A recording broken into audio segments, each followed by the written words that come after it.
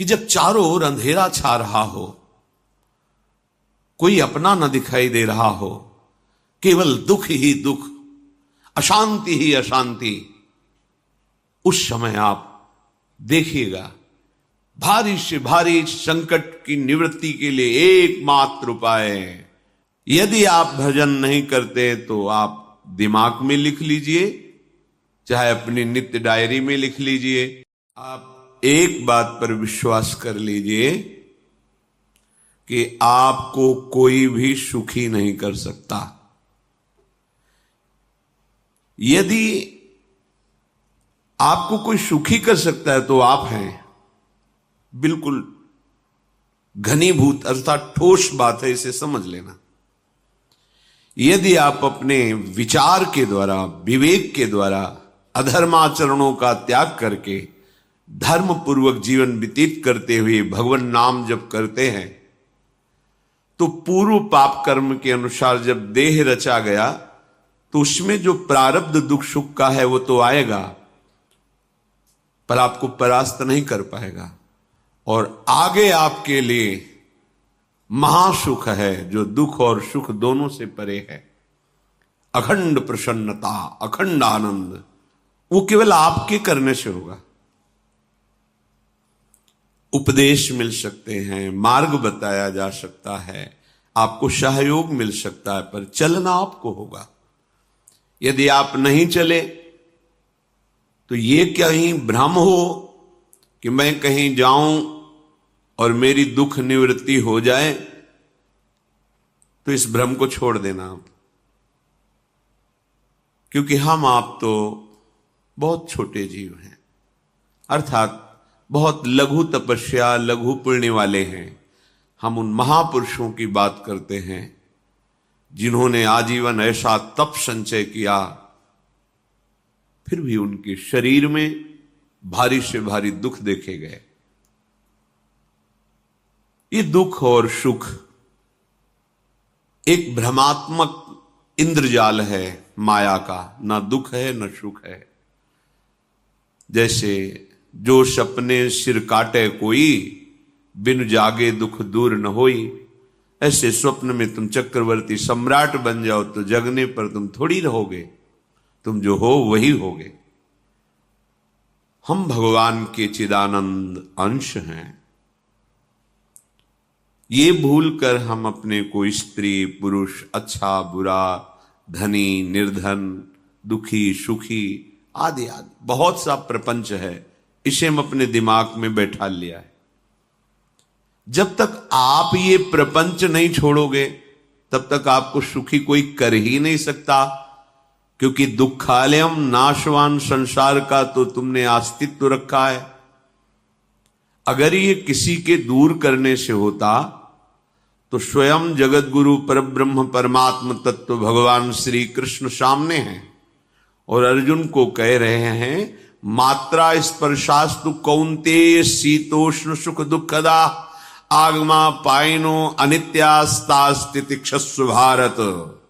हे भारत, हे अर्जुन, ये आने जाने वाले अनुकूलता प्रतिकूलता, गर्मी शीतलता, अर्थात काम क्रोध लोभ मोह मद मत्सर अपमान निंदा, ये सब ताप पहुंचाते हैं।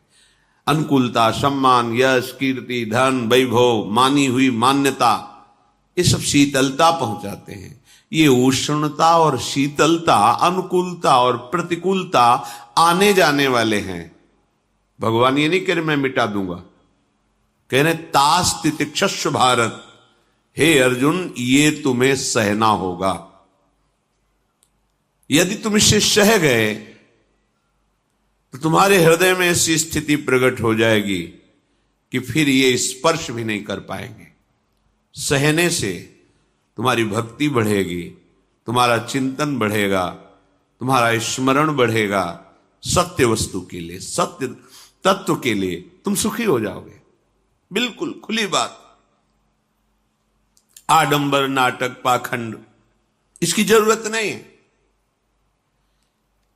प्राकृतिक भोगों में सुख बुद्धि, देहाभिमान, विद्या रूप महत्व कुल धन यौवन अभिमान, यही तुम्हारे दुख का मूल है और ये कोई दूसरा नहीं हटा सकता। ये तुम्हें अपने विवेक सत्संग से प्राप्त हुए विवेक के द्वारा, शास्त्र स्वाध्याय से प्राप्त हुए विवेक के द्वारा इसे तुम्हें त्यागना है। दुख तुम पकड़े हो तो छुड़ा कौन सकता है? छुड़ाना तो आपको ही पड़ेगा। अगर कोई वादा करता है कि मैं आपको दुख रहित कर दूंगा, मुझे आज तक समझ में नहीं आया। दुख रहित होने का जो उपाय है वो गुरुजन, महापुरुष, संत जन बताते हैं कि जब चारों ओर अंधेरा छा रहा हो, कोई अपना न दिखाई दे रहा हो, केवल दुख ही दुख, अशांति ही अशांति, उस समय आप देखिएगा कोई एक है जो आपको बहुत प्यार कर रहा है। वो हमारे प्रभु हैं। आप जिनकी तरफ पीठ किए हो और जहां दुख है उधर मुख किए हो, वापस घूमो, सन्मुख होइएगा। सन्मुख होए जीव मोहि जबहि, जन्म कोटि अघनाशों तबहि। करोड़ों जन्मों के पाप नष्ट कर देते हैं भगवान। जहां प्रभु की तरफ हुए तो पता चला बहुत जन्मों से बिछुड़ा था, वो मेरे स्वामी मिल गए। भारी से भारी संकट की निवृत्ति के लिए एकमात्र उपाय भगवान श्री हरि का आश्रय, उनके नाम का जप। सत्य मान लीजिए, आडंबर से कुछ नहीं होना। चाहे जितने जंतुर बांध लो, चाहे जितना जो कुछ जादू टोना जो मनावे सो कर लो, बारी मथे घृत होए बरु शिकताते बरु तेल, बिनु हरि भजन न भवतरी यह सिद्धांत अपेल। विनिश्चितम बदामिते नान्यथा वचांस में हरि भजंती। अटल बात है, यदि भजन नहीं करोगे तो तुम्हें कोई सुखी नहीं कर सकता। तात्कालिक आपको ऐसा लग सकता है मेरा काम बन गया, नहीं, वो तत्कालिक है। हमारा काम बनना तो तब होगा जो हमारा आवागमन मिट जाए, सदा सदा के लिए मुझे ऐसी वस्तु प्राप्त हो जाए कि जहां चाह ही खत्म हो गई, जहां दुख ही खत्म हो गया। वो हमारा स्वरूप है, वो हमारे आराध्य देव हैं। प्रार्थना मान लीजिए, भटकाव से बचिए। ये कलिकाल मलायतन मन कर देख विचार, श्री रघुनाथ नाम बिन नाहिन आन आधार। महापुरुषों ने स्पष्ट कहा है। ये मलायतन मल का आगार है। मल माने कामना, नाना प्रकार की वासना, भ्रष्ट आचरण, छल कपट, दंभ पाखंड, बोलबाला, इसका एकमात्र श्री भगवान का नाम आधार है। जो चाहत है नित्य सुख अरु मन को विश्राम, तो हित ध्रुव हित सो भजत रो पल पल श्यामा श्याम श्यामा श्याम श्यामा श्याम। यदि सच्चिदानंद शाश्वत सुख चाहते हो, जहां से कभी हटना ना पड़े, केवल सुख ही सुख है, आनंद ही आनंद है, और मन का विश्राम चाहते हो कि भाग दौड़ मन की मिट जाए, तो बस प्रेम से बोलते रहो श्यामा श्याम श्यामा श्याम, राधे श्याम, राधा राधा राधा वल्लभ। ये बड़ी शोध करके महापुरुषों ने बात कही है। यदि आप भजन नहीं करते तो आप दिमाग में लिख लीजिए, चाहे अपनी नित्य डायरी में लिख लीजिए, जो आप दिनचर्या लिखते हैं। आपको कहीं भी कभी भी कोई भी सुखी नहीं कर सकता। गांठ बांध लीजिए, भटकने की जरूरत नहीं है। और यदि नाम जप करने लगे, धर्माचरण करने लगे, तो तुम आशीर्वाद देने वाले बन जाओगे। सातरति सातरति सा लोकांतारयति। ध्यान दीजिए, वो तर जाता है, वह तर जाता है, वो लोकों को तार देता है। जब पृथ्वी में भयंकर पापाचरण की वृद्धि हुई, असुरों के द्वारा प्रेरित होकर के जहां भी धर्माचरण, नाम कीर्तन, यज्ञ, हवन, होम, ऋषि मुनि विध्वंस कर दो। क्या हुआ? कोई दूसरा दिखाई दिया क्या? नहीं, किसी की सामर्थ्य नहीं थी।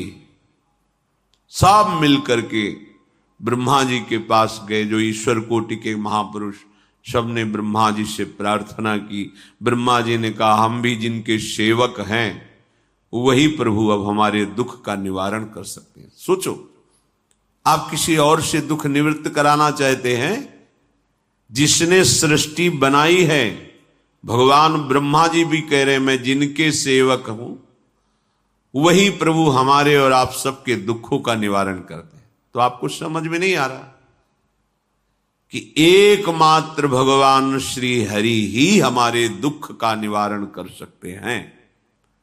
हमें कहीं भागने दौड़ने की जरूरत नहीं है। साधु समागम इसलिए किया जाता है कि हृदय पवित्र हो जाए। पवित्र हृदय की पहचान बुद्धि में विवेक का प्रादुर्भाव हो जाए, और विवेक से मोह का नाश करके हम निरंतर प्रभु के प्रेम में डूबे, भजन में डूबे। सबने एक साथ मिलकर के विचार किया कि महासुख सिंधु प्रभु से विनय करनी तो कहां जाया जाए? वैकुंठ चले, किसी ने कहा क्षीर सागर चले। अपनी अपनी भावना व्यक्त कर रहे थे। तेहि समाज गिरजा में रहेऊ, अवसर पाई वचन एक कहेऊ, हरि व्यापक सर्वत्र समाना, प्रेम ते प्रगट होई मैं जाना। हे गिरिजा, परम वैष्णवाचार्य भगवान महादेव जी कहते हैं, उस देव समुदाय में हम भी थे। हमने कहा कि हमारे तो हृदय में बात ऐसी आती है कि कहीं भागने की जरूरत नहीं है। हरि व्यापक सर्वत्र समाना, जैसे वो वैकुंठ में विराजमान है, क्षीर समुद्र में विराजमान है, ऐसे कण कण में विराजमान है। बस तुम प्रेम से पुकारो, जहां पुकारोगे वहीं प्रभु प्रकट हो जाएंगे। नाम बाणी जहां श्याम श्यामा तहां, नाम बाणी निकट श्याम श्यामा प्रगट। सिद्ध सिद्धांत है, भटकने की जरूरत नहीं। जहां हो वहीं से प्रिया प्रीतम का नाम पुकारो, नाम कीर्तन करो, उनकी लीलाओं का गायन करो, सबको सुख देने की भावना करो। देखो तुम्हारी दृष्टि बदलती चली जाएगी, भगवत साक्षात्कार करने की योग्यता आने लगेगी। ऐसा ही हुआ। सबने मिलकर के श्री भगवान को विनय पूर्वक आर्त भाव से पुकारा। आकाशवाणी हुई, निर्भय हो जाओ, निश्चिंत हो जाओ, मैं स्वयं अपने अंशों के सहित अवतार लेकर इस भूमि का भार हरण करूंगा।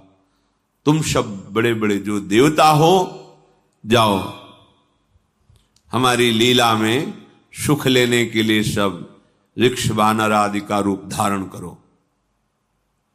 ब्रह्मा जी, महादेव जी, बड़े बड़े ईश्वर कोटि के लोकपाल बहुत प्रसन्न हुए, क्योंकि भगवद वाणी सत्य है, त्रिकाल सत्य है। सबको विश्वास हो गया कि अब मारा तो जाएगा ये महासुर, जिसको लगता था कोई ना मंत्र के द्वारा मार सकता है, ना अस्त्र के द्वारा मार सकता है। स्वयं श्री भगवान पधार रहे हैं। भगवान ने जो निरंतर भजन प्राण रहते हैं, कश्यप जी, अदिति जी, वो भगवान के वात्सल्य में भरे थे। प्रभु जब प्रकट हुए तो उनसे कहा, मुझे आप जैसा पुत्र चाहिए। प्रभु ने कहा कि मेरे जैसा तो मैं ही हूं, अद्वितीय हूं, दूसरा कोई है नहीं, मैं ही अवतरित होऊंगा। भजन में देखो कितनी सामर्थ है। जगत पिता को पुत्र रूप में प्राप्त कर रहे हैं। वही चक्रवर्ती सम्राट अवधपुरी के नरेश महाराज दशरथ जी के रूप में, जिनके महामहिम अद्भुत सौभाग्य प्राप्त करने वाली तीन ये रानियां, श्री कौशल्या जी, श्री कैकेयी जी, श्री सुमित्रा जी। भगवान वशिष्ठ जी